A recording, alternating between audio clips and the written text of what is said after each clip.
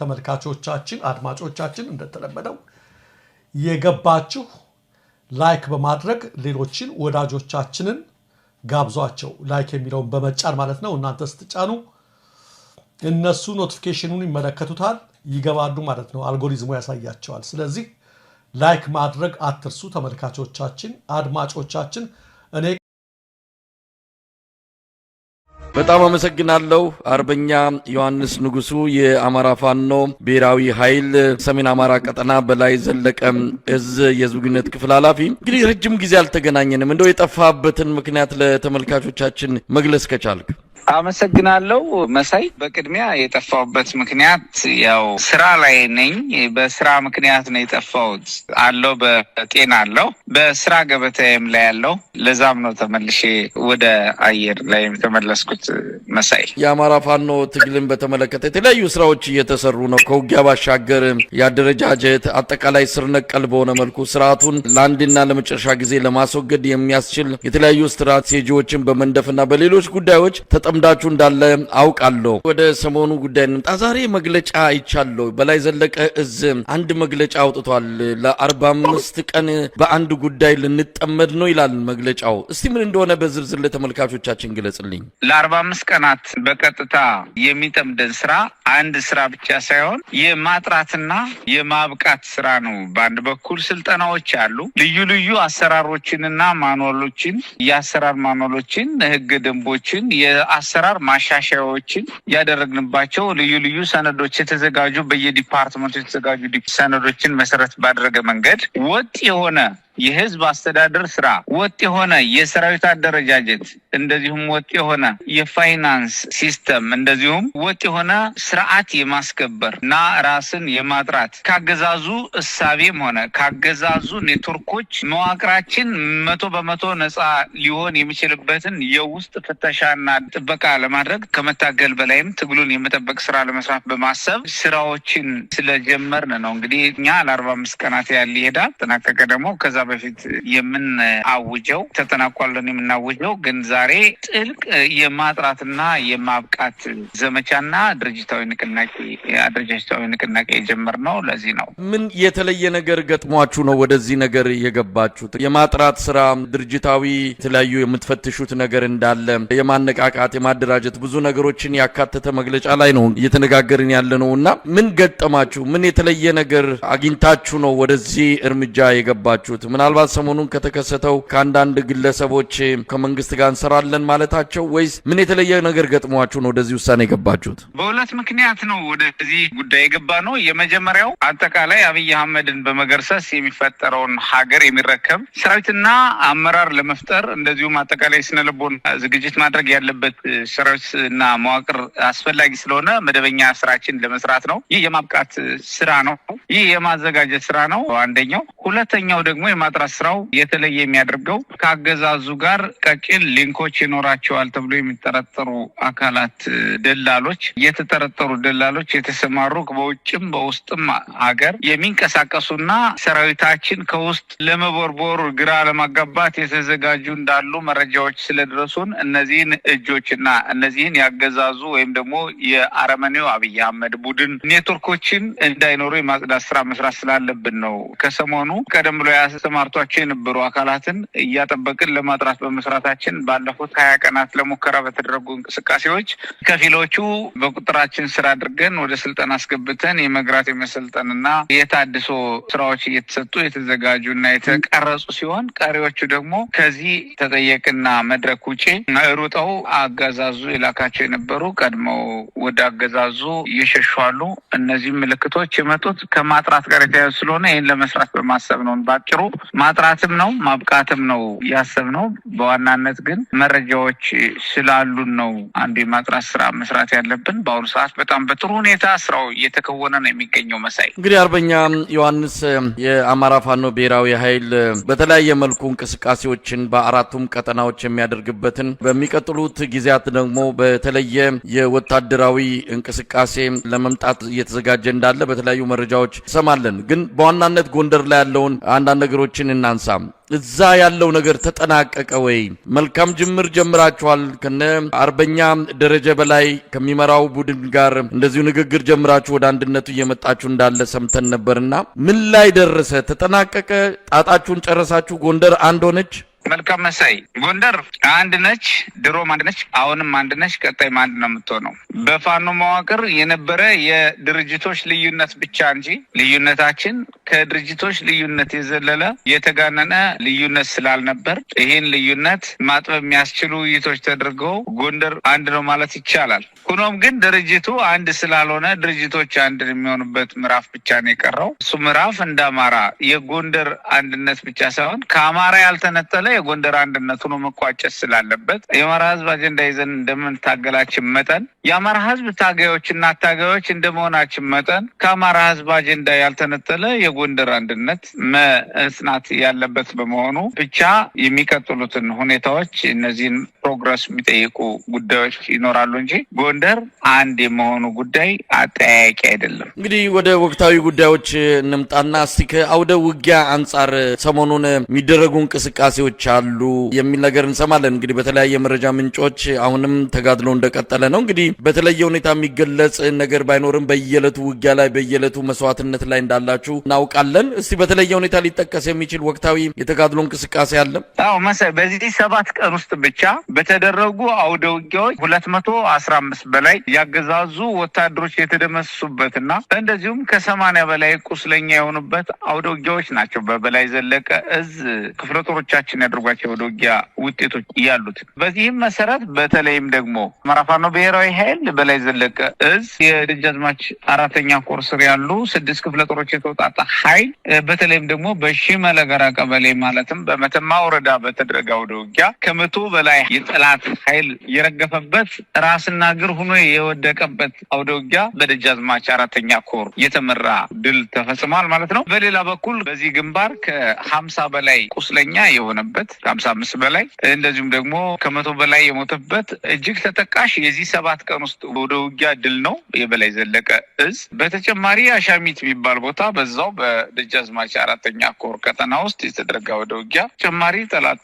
የረገፈበት ሆኖ ተመዝግቧል መሳይ። እንደዚሁም ሰሜን ጎንደር ቀጠና ውስጥ ደግሞ በተለይም ደግሞ በዋግ ኽምራ ዞን እና በሰሜን በየዳና ጃናሞራ ወረዳ አዋሳኞች በተደረጉ አውደ ውጊያዎች እንዲሁም ከወሎ ዋግ ኽምራና ከሰሜን ጎንደር ወረዳዎች ጃናሞራና በየዳ አዋሳኝ እንዲሁም ጠለምትና አካባቢው በተደረገ አውደ ውጊያ በርካታ ያገዛዙ ኃይሎች የተማረኩበት እጅግ ውጤታማ የሆነ ኦፕሬሽን የተመራበት ነው። በዚህም በርካቶች የተመቱ የተደመሰሱ ሲሆን ቁስለኛ ሆነው ከጥቅም ውጭ የሆኑ አሉ። እንደዚሁም በተጨማሪ እጅ የሰጡና የተማረኩ የቀበሌ አስተዳዳሪዎች፣ የአገዛዙ ብልጽግና ጽሕፈት ቤት የድርጅት ኃላፊዎችን ጨምሮ የጸጥታ ኃላፊዎችና የፖሊስና የሚሊሻ አመራሮችና ስምሪት ሰጪዎች በሙሉ እስከ እግረኛ ድረስ የተማረኩበት አውደ ውጊያ ድል ተመዝግቧል። በተጨማሪ በ5ኛ ዳግማዊ ቴዎድሮስ ቀጠና ውስጥ ደግሞ ባጃ በተባለ ቦታ ላይ የተደረገ አውደ ውጊያ በከፍተኛ ሁኔታ ጠላት የረገፈበት ሁኔታ ነው ያለው። በዚህ 7 ቀን ውስጥ ከተደረገው ካለፈው አውደ ውጊያ መረጃዎቻችን መካከል እንደዚሁም በ1ኛ ኮር ሜጀር ጀነራል ባንታ ባተ 1ኛ ኮር ውስጥ ደግሞ በተለይ በጉና ክፍለ ጦር የገብረ መስቀል ብርጌድ የወሰደው እርምጃ አለ በጠላት ላይ። በዚህም ሰብአዊና ቁሳዊ ጉዳት በጠላት ላይ ደርሷል። እንደዚሁም በጎንደር ጋሻው ክፍለ ጦርና በታድሎ ብርሃን ክፍለ ጦር ጥምረት ደግሞ በጎንደር ዙሪያ እየተደረገ አውደ ውጊያ ከፍተኛ ድል የተመዘገበባቸው ናቸው እና ሌሎች በዚህ ያልተጠቀስኳቸው ቀጠናዎችና ክፍለ ጦሮች ብርጌዶችና ሻለቆች የተፈጸሙ ወታደራዊ ድሎች የተመዘገቡበት ሲሆን በጥቅሉ ከ215 በላይ የጠላት ኃይል በዚህ 7 ቀን ውስጥ የተደመሰበትና ከ80 በላይ ቁስለኛ ሆኖ ከጥቅም ውጭ የሆነበት ነው። በአማራ ፋኖ ብሔራዊ ኃይል ሰሜን አማራ ቀጠና በላይ ዘለቀ እዝ ቀጠና ውስጥ የተደረገ የአውደ ውጊያ ወታደራዊ ድሎች የተመዘገቡት ማለት ነው መሳይ። አርበኛ ዮሐንስ፣ እነዚህ አይነት መረጃዎች በየጊዜው በማያቋርጥ መልኩ ተጋድሎ እንደቀጠለ ያገዛዙ ሰራዊትም በቁጥር ቦታ ይለያይ እንደሆነ እንጂ ድሉ በየቦታው በየቀኑ የሚመዘገበው ነው ቀጥሏል። በተለየ ሁኔታ ምን እንጠብቅ? እንግዲህ የፋኖ ኃይሎች ወደ አንድነት መምጣታቸውን ተከትሎ ቦታዎችን ይዞ የመልቀቅ ብቻ ሳይሆን ስትራቴጂክ የሆኑ ድሎችን አገዛዙን አከርካሪ የሚሰብሩና ከፍተኛ ወታደራዊ ድሎች ተብሎ የሚጠቀሱትን በማስመዝገብ ረገድ ምን ያህል ተዘጋጅቷል? አዘጋጅታችኋል? በቀጣይስ እንደነዚህ አይነት ዜናዎችን በተለየ ሁኔታ የምንሰማበት አሁን አገዛዙ የሚገልጻቸው ነገሮች አሉ። ፋኖ ኃይሎችን ወደ ሰላም እየመጡ ነው፣ ከነሱ ማለም አመራሮች ወደኛ እየመጡ የሰላም ስምምነት እያደረጉ ነው ይላል። እንግዲህ እናንተ አካባቢ ያለውን ሁኔታ የምናቀውን መረጃ ለህብረተሰቡ በየጊዜው እያስተላለፍን እንገኛለን። ነገር ግን ባለበት እርግጥ በሆነበት የናንተ እንቅስቃሴ ምን እንጠብቅም? አንድነት ውስጥ እየገባችሁ ነው፣ እየተስማማችሁ ነው፣ ብዙ ነገር መልካም እንደሆነ ይሰማል። ነገር ግን ወታደራዊ እንቅስቃሴው በፊት ከነበረው አንጻር ፈቅ ያለ ነገር እያየን አይደለምና ከዚህ አንጻር ምን ማለት ይቻላል? ቅድም እንዳልከው የመጀመሪያው ከኛ የሚጠበቀው በወታደራዊ ዘርፍ ዲሲፕሊን የሆነ ሰራዊት ስርዓት ያለው ሰራዊት ሆኖ እንደዚሁም ደግሞ ስትራቴጂክ ድሎችን የሚያሟላ ወይም የሚያጎናጽፍ ወታደራዊ እንቅስቃሴ ማድረግ ነው የሚጠበቅብን። ይህን ለማድረግ የሚያስችል ደግሞ የቅድመ ስራዎች እየተሰሩ ነው። የመጀመሪያው ድርጅታዊ አንድነትን መፍጠር ነው። በሌላ በኩል ደግሞ በተናጠል እዞች የሚያደርጓቸው አውደ ውጊያ ግንባሮች ላይ እያንዳንዳቸው ውጊያ ማሸነፍ ነው። በዚህ አውደ ውጊያ በፋኖ የወታደራዊ አውደ ውጊያ ግንባር ስልት ብዙ ግንባሮች ስላሉ እጅግ በጣም የበዙ የአውደ ውጊያ ግንባሮችን በማሸነፍ ስትራቴጂክ ድሎችን ማምጣት ይቻላል በሚል በርካታ ስራዎች ሲሰሩ ቆይተዋል። አገዛዙን ያፈረሱ በርካታ ግንባሮች ነው ፈጥረን የቆየኑ ላለፉት 2-3 ዓመታት አካባቢ በበርካታ ግንባሮች በርካታ ውጊያ በማድረግ በበርካታ የውጊያ ግንባሮች በመዋጋት አጠቃላይ ጦርነቱን የበላይነት መውሰድ ችለን የቆየንበት ሁኔታ ሲኖር ስትራቴጂክ ድሎችን የሚያጎናጸፍ የሚችል እጅግ በርካታ ህዝባችን ነጻ ሊያወጣ የሚችል የጠላትን አገዛዝ ሙሉ በሙሉ የሚያፈርስ በተለይም ደግሞ አገዛዙን ለመግዛት የሚጠቀምበትን ኃይል የማፍረስ ጉዳይን እና አገዛዙን የመገርሰስ ጉዳይን የሚያሟላ ስትራቴጂክ ድሎችን መጎናጸፍ የምንችለው የመጀመሪያው የፋኖ አንድነትን እየሰራን የምንገኘው ጥሩ ላይ እንዳለ እረዳለሁ። ሁለተኛው ኢትዮጵያውያንን የማሳተፍ ጉዳይ ኢትዮጵያውያን በሚመጣው ለውጥ ውስጥ ተሳታፊ የሚሆኑበት አብረው በያኝ የሚሆኑበት ምክር የሚመክሩበት እና ውሳኔ የሚያሳልፉበትን እድል መፍቀድ እና መሳተፍም አስፈላጊ በመሆኑ እነዚህን ሁለት ጉዳዮች ጎን ለጎን መሳ ለመሳ እየተካሄዱ በሌላ በኩል ደግሞ ወታደራዊ እንቅስቃሴዎች እንደምታውቀው ወይ እኛ ሂደን የምንፈጽማቸው ናቸው ወይም ጠላት ሲመጣ የሚፈጸሙ እየሆኑ እስካሁን ቆይተዋል። ከዚህ በኋላ ወደ አገዛዙ ዋና ዋና ቤዞች ወይም ወደ ጠላት ዋና ዋና ቤዞች እየተጠጋን የምንፈጽማቸው ድሎች ስትራቴጂካል ተመዝግቦ ነጻ የሚወጣበት አገዛዙ የሚፈርስበት ሰፊ አስተዳደር ቀጠና የሚመሰረትበት ስትራቴጂክ ድል የሚመጣበት ሁኔታ እጅግ በአጭር ጊዜ ውስጥ የሚመዘገብ መሆኑን እርግጠኛ ሆኖ መናገር ይቻላል። መሳይ እንግዲህ አርበኛ ዮሐንስ ሰሞኑን መነጋገሪያ ከሆኑት ጉዳዮች አንዱ በእርግጥ በእናንተ በኩል ከጉዳዩ ጋር በተያያዘ እስካሁን ይፋዊ የሆነ መግለጫ ወይም ደግሞ ምላሽ የተሰጠበት ሁኔታ የለም። የአማራ ፋኖ ህዝባዊ ድርጅት አፋሕድ ግን ጉዳዩን በተመለከተ በተለያዩ ሚዲያዎች ባሰራጨው መግለጫ እንደዚሁም አመራሮቹ እየወጡ በሚሰጡት ቃለ መጠይቆች ጉዳዩን ግልጽ አድርገው ተናግረውታል፣ አስቀምጠውታል። አንድ ግለሰብ ከአፋሕድ በመሄድ ከመንግስት ጋር ተጨባብጦና ተቃቅፎ የሰላም ስምምነት አድርጌያለሁ ያለበት እንቅስቃሴ ብዙ ነገሮችን እንድናነሳ አድርጓል። አንደኛ በፋኖች መሃል ያለው ነገር እንዴት ነው? እያንዳንዱ ግለሰብ እያንዳንዱ አመራር ቦታ ያለውን ሰው እንዴት ነው ነገ ከነገ ወዲያ አሁንም እየወጡ በየግላቸው ካረጋ ከበደ ጋር እየተቃቀፉ የሰላም ስምምነት የሚያደርጉ ከሆነ እንዴት ነው ፋኖ ራሱን የሚያጠራው? በእርግጥ አሁን የ45 ቀን ያላችሁትም አንድም ይሄን ለማጥራት እንደሆነ ገልጻችኋል። ነገር ግን እንደው በሁሉም አደረጃጀቶች ውስጥ በሁሉም የፋኖ መዋቅር ውስጥ እንዲህ አይነትን ነገር እንዴት ነው ማጥራትና ማድረቅ የሚቻለው? አገዛዙ ጋር የሚሰሩ አሁንም የተነካኩ ሰዎች ጠርተው እንዳላለቁ ይነገራል። አሁንም አሉ ውስጣችሁ በተለያየ አቅጣጫ ከአገዛዙ ጋር የሚሰሩ እንዳሉ ይታወቃልና የዚህ ነገርን እንዴት ነው የምትመለከቱት? የሰሞኑስ የማስረሻ ሰጤ ወደ ብልጽግና መሄድ በእናንተ ትግል ላይ የሚፈጥረው እንደው ተጽዕኖ አለ ወይ ብላችሁ ታምናላችሁ ወይ? በቅድሚያ ዛሬ ባወጣ ነው መግለጫ በጥልቅ ማጥራትና ማብቃት ህልውናችን እናረጋግጣለን በሚል መሪ ቃል ያወጣ ነው መግለጫን በተመለከተ በተራ ቁጥር 4 ማስረሻ ሰጤን በተመለከተ እና ተያይዞ እየተሰሩ ያሉ ፕሮፓጋንዳዎች በተመለከተ አስቀምጠናል። በዚህ መሰረት በቅርቡ ማስረሻ ሰጤ የተባለ ከሌላ ድርጅት የተባረ ግለሰብ ከአገዛዙ ጋር ሆኖ በበርካታ ሚዲያ ፋኖን ወክሎ ተደራድሮ የሰላም ስምምነት እንደተፈራረመ የፋኖ ሰራዊት በየአካባቢው ትግሉን ትቶ እንዲገባ እየተሰራጨ ያለው ወሬ ድርጅታችንና ሰራዊታችን እንዲሁም እንዲሁም እዛችን የማይመለከት የግለሰቦችና የአጭበርባሪው አረመኔያዊ አገዛዝ የመጨረሻ ቅጥፈት የፕሮፓጋንዳ መሆኑን ተገንዝበን ተልኳችን ላይ ብቻ ትኩረት እንድናደርግ መልእክት እናስተላልፋለን በሚል አንቀጽ በመግለጫችን የገለጽ መሆኑን ያስታወስኩ። ከዚህ ጋር ተያይዞ ተጨማሪ ሀሳብ ለማስቀመጥ ማስረሻ ሰጤ ወደ ብልጽግና ሄደ ወይስ ብልጽግና ወደ ማስረሻ ሰጤ መጣ ሚለውን በተመለከተ ይህ ጉዳይ ማስረሻ ሰጤ ወደ ብልጽግና ገባ ወይስ ቀድሞ አብሮ ቆይቷል ወይ ወደ አሮጌ ቤቱ ገባ ወይስ ወደ አዲስ ቤቱ ገባ ሚል ነው ሐሳቤ። ባጭሩ ቀደም ብሎ ከሰራዊት ተነጥሎ የቆየ ሰው እንደመሆኑ ቀደም ብሎ ግለሰብ ሆኖ የቆየ እንደመሆኑ እንደዚሁም በትግል ውስጥ በነበረው አበርክቶ በቅርብ ጊዜ ውስጥ ትግሉን ከመበታተንና ሐሳብ አጀንዳዎችን ከማስፋት ልዩነትን ከማስፋት የዘለለ ሚና ያልነበረው ግለሰብ እንደመሆኑ ታግሎ ጠላትን ከመምታትና ከማፍረስ ያስመዘገበው ነገር ያልነበረ እንደመሆኑ ስንገመገመው እንዲሁም በመጨረሻው አገዛዙ ጋር ሆኖ የሰራውን የፕሮፓጋንዳ ሁኔታ ስንመለከት ቀደም ብሎ ከአገዛዙ ጋር የቆየ መሆኑን የሚያሳብቅ መሆኑን ነው የምንገነዘበው። በዚሁም መሰረት ማስረሻ ሰጤ የተባለው ግለሰብ ብልጽግና ወይም ደግሞ የአብይ አህመድ ኔትወርክ አካል ሆኖ የቆየ በመግለጫችን እንደጠቀስነው ሰርጎ ገብ ጥገኛ የትግላችን ደመጣጭ መዥገር ሆኖ ከቆዩ ሰዎችና ቡድኖች መካከል የሚጠቀስ ግለሰብ እንደነበረ መረዳት ይቻላል። ምንም እንኳ በአንድ ድርጅት ውስጥ ያልነበርም ቢሆንም ሆኖም ግን በድርጅቱ መባረሩ እየታወቀ ግለሰብ ከድርጅት ጋር ሊደራደር እና መድረክ ሊኖር እንደማይችል እየታወቀ ይህ ጉዳይ እንዲሆን ተደርጓል።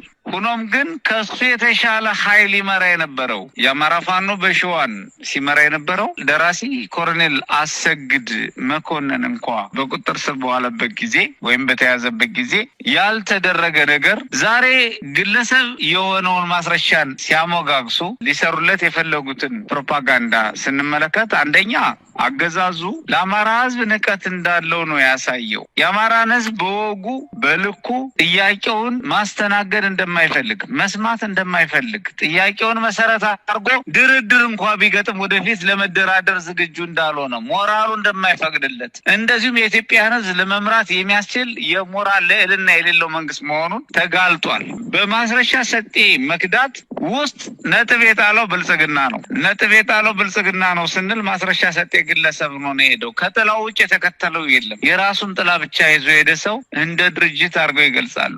እንደ ህዝብ የተጠየቁትን ላለመመለስ እንደ ግለሰብ ሲያቆለጳጵሱ ማየት የሞት ሞት ነው። እነሱ ሞታቸውን ያወጁበት መሆኑን ነው ያየ ነው። ከዛ ውጭ ግን ሰራዊታችን ህዝባችን ፋኖ እንደተደራደረ ተደርጎ እንደዚሁም ወደ ሰላም እንደሚገባ ተደርጎ አጭበርባሪው የአብይ አህመድ የቅጥፈት አገዛዝ የሚያሰራጫቸው ወሬዎችንና መሰረተ ቢስ ነጥቦችን ህብረተሰባችን እንዲረዳ ህዝባችን እንዲረዳ እንዲሁም ሰራዊታችንና አጋሮቻችን እንዲረዱም በዚህ አጋጣሚ መልእክት እናስተላልፋለን። መሳይ አርበኛ ዮሐንስ እንደው አንድ ነገር ሳልጠይቅ ማለፍ አልፈለኩም። አገዛዙ በዋናነት አማራ ክልልን እንደተቆጣጠረ በአማራ ክልል የፋኖ ተጽዕኖ ብዙም አይደለም የሚል ፕሮፓጋንዳ መስራት ሲፈልግ በቀጥታ ጎንደር ነው የሚያመራው። ጎንደር ሄዶ የሚፈልገውን እያደረገ ነው። የሚፈልገውን ከሲቪሉም ከወታደሩም ከተለያዩ የህብረተሰብ ክፍሎች ያቀረበ ካባ እንኳን በቅርቡ የተሸለመው እዛው ጎንደር አካባቢ ነው። የአማራ ህዝብ በአስገድዶ መድፈር ከፍተኛ የሆነ ወንጀል ተፈጽሞበታል የሚል ዘገባ በቢቢሲ ተጠናቅሮ በቀረበበት በዛው ሰሞን ነው ወደ ጎንደር መጥቶ ካባ የተሸለመው አብይ አህመድ። ታዲያ ፋኖች የታሉ የሚል ጥያቄ መጣ። የጎንደር ነዋሪዎች እውነት ለመናገር መዝግባችሁ ይዛችሁ እነዚህ ሰዎች ከአብይ አህመድ ጋር እጅና ጓንት ሆነው የሚሰሩ የአማራ ተወላጅ ነን ብለው በዚህ ደረጃ አብይ አህመድን ካባ የሚያለብሱ የጎንደር ነዋሪዎች ካሉ ይሄ በራሱ በታሪክ ውስጥ እንዴት ተብሎ ሊገለጽ እንደሚችል አላውቅም። ለማንኛውም እናንተ የት ሄዳችሁ ነው እንደዚህ አይነት ነገር እየተደረገ ያለው? አሁን ደግሞ ሰሞኑን የጎንደር ከተማ ከንቲባ እንደዚሁ የራሱን ገጽታ ለመገንባት የተለያዩ እንቅስቃሴዎችን ለማድረግ በዝግጅት ላይ እንዳለ እንሰማለን። ስለዚህ የእናንተ መኖርን የሚያሳዩ ነገሮች ምንድን ናቸው? አገዛዙ በዚህ ደረጃ የፈለገውን እያደረገ አንዳንድ ነገሮችን እንኳን ማስቆምና ማስገደድ ካልቻላችሁ እንዴት ነው ፋኖ አለ ብለን ጎንደር ላይ ልንገልጽ የምንችለው? ጎንደርን በተመለከተ ወደ ጎንደር ፖለቲካ ለመስራት አብይ አህመድ ወደ ስልጣን ከመጣ ቀን ጀምሮ የፖለቲካ ምሰሶ እንዲሆነው ጎንደርን በተደጋጋሚ ሙከራ አድርጓል። እንደሚታወቀው መንበረ ስልጣኑን ከተቆጣጠረ ቀን ጀምሮ ወደ ጎንደር ያደረጋቸው ጉዞዎች በሙሉ ፖለቲካዊ ጉዞዎች ናቸው እና ጎንደርን መሰረት ለማድረግ ስለ አማራ ሲያስብ ጎንደርን መሰረት በማድረግ አማራን አፍርሶ አንበርክኮ ለማስገበር አልሞ ነው ሲሰራ የቆየው ግለሰቡ። ለዚህ ምክንያት የሆነው አንደኛው ከሚስቱ ዝናሽ ታያቸው ጋር የሚያብር የሚዛመድ ይገኛል ብሎ በማሰብ አንደኛው ነው። ሁለተኛው ምክንያት ጎንደር አካባቢ ያለው የማንነትና የወሰን ጥያቄ እና በጠላት የመወረር ስጋት ስላለ ጎንደር በቀላሉ ተንበርክኮልኝ ለኔ ለማሸከመው የፖለቲካ ቀንበር ትከሻውን ምቹ አድርጎ ይቀርብልኛል ከሚል ቀቢጸ ተስፋነት የመነጨ እንደሆነ እንረዳለን። ሆኖም ግን ባለፉት ዓመታትም ባለፉት ወራትም አብይ አህመድና ቡድኑ በጎንደር ከዚህ በላይ የሆነ የፖለቲካ ሻጥር አማራን ለማፍረስ ሊጠቀምበት፣ ጎንደርን ለማዳከም ሊጠቀምበት፣ ፋኖን ለማፍረስ ሊጠቀምበት የነበረበትን አጀንዳዎች በሙሉ እየተከታተልን እየለቀምንና መረጃ እየሰበሰብን ከራሱ ቤተመንግስት መረጃ እየሰበሰብን ስናከሽፍበት ቆይተናል። አሁንም እያከሸፍንበት እንገኛለን። ባለፈው በኤርፖርት ሾልኮ በመግባት ካባ እንደተሸለመ ተደርጎ የነበረው ፕሮግራም የጎንደር ህዝብ ያልነበረበት ፕሮግራም፣ የጎንደር ህዝብ ካባ በሚሸልምበትም ሆነ ሌላ የክብር አቀባበል በሚያደርግባቸው ነፃ መድረኮች በሙሉ በስቴዲየምም ሆነ በህዝብ አዳራሽ እንደዚሁም ደግሞ በመስቀል አደባባይ ሁሉ በብዙ መድረኮች ደስታውን የገለጸበት መልእክቱን ያስተላለፈበት እጅግ ሰምና ወርቅ የሆኑ ሀሳቦችን የገለጸበት ትዕይንቶች የጎንደር ህዝብ ሲያሳልፍ ቆይቷል። ሆኖም ግን አብይ አህመድ ልዩ የሚያደርገው ራሱ ገዝቶ ያመጣውን ካባ ቤተ መንግስት ውስጥ ወይም ደግሞ ፋሲል ግንብ ውስጥ ገብቶ እንዲያለብሱት አድርጓል። ይህ የጎንደርን ህዝብ አይወክልም። የጎንደር ህዝብ ተወካይ አልተገኘም። የጎንደር ህዝብ ተወካይ ባልተገኘበት የተፈጸመውን መውሰድ ይቻላል ነው። ሌላኛው የእናንተ መኖርና አለመኖር በምን ይታወቃል ለተባለው በቅርቡ እንኳ ጎርጎራ ለመሄድ አይችሉም እያልን ነው። ከኤርፖርት ወደ መሀል ከተማዋ ከመንቀሳቀስ የዘለለ እንቅስቃሴ ማድረግ አልቻሉም እያልን ነው።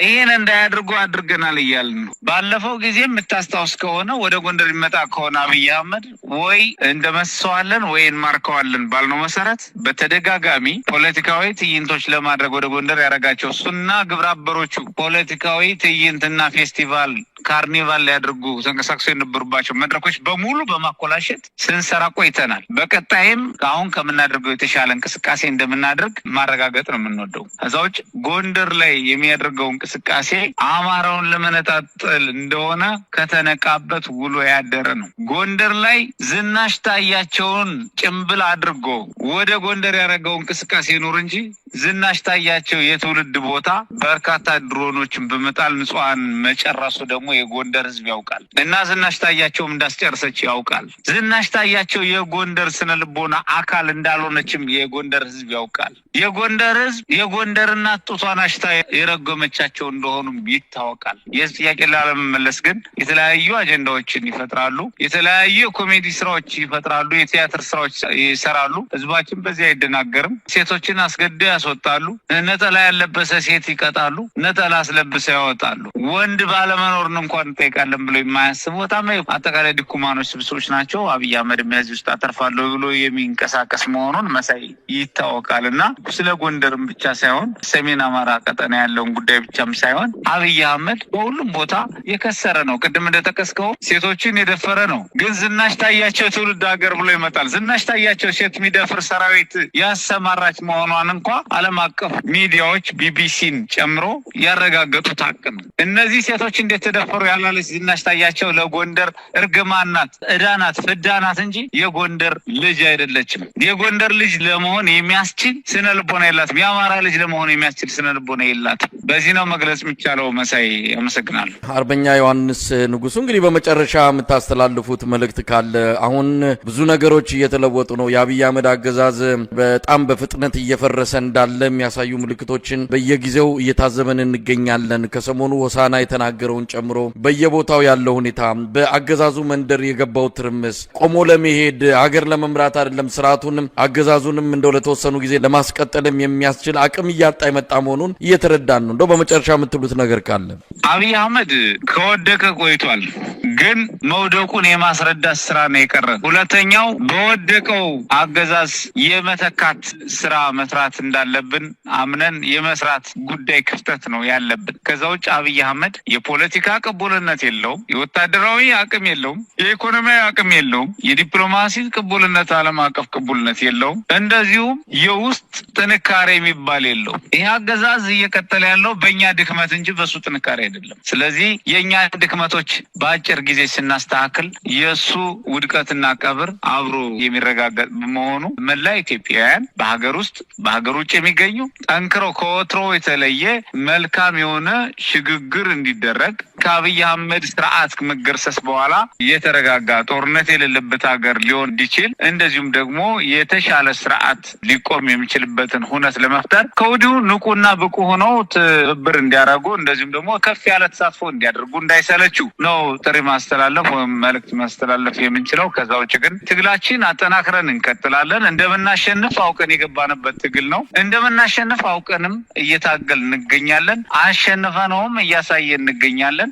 በቀጣይም ስርዓተ ቀብሩን የሚፈጸምበትን ሁነት ይፈጠራል። አመሰግናለሁ። መሳይ